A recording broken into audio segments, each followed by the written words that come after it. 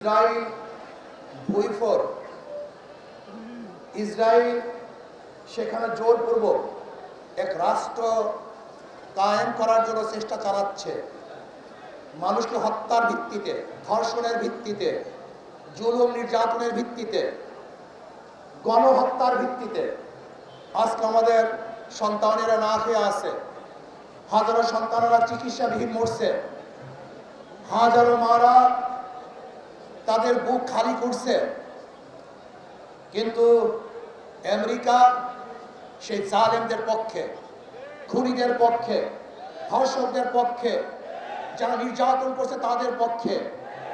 জালেমরা জালেমের পক্ষেই থাকবে, কিন্তু মাজলুমদের ঐক্য হতে হবে।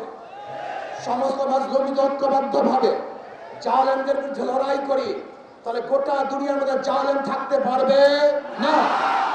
রাস্তায় আমাদেরকে মনে রাখতে হবে যে মুসলমান এমন এক জাতি, আলাম তারা আন্নাল্লাহ যাল্লালা বাহরাহু ওয়া আনজালা বিল কুফারি বিহাদিস জালাইলি দস্ত দস্তে দরিয়া भी नहीं सोरे हमने दस्त दस्ते दरिया भी नहीं सोरे हमने বাহরে জুলমত पे दौड़ा देना घोड़े हमने।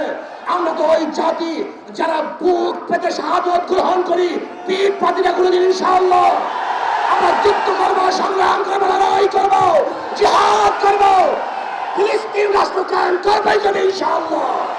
তবে ভাই আমার, আসুন সম্মিলিতভাবে আজকে ফিলিস্তিনের পক্ষে, ইসরায়েলের বিপক্ষে অবস্থান গ্রহণ করি, ইসরায়েলের সমস্ত পণ্যকে বর্জন করি।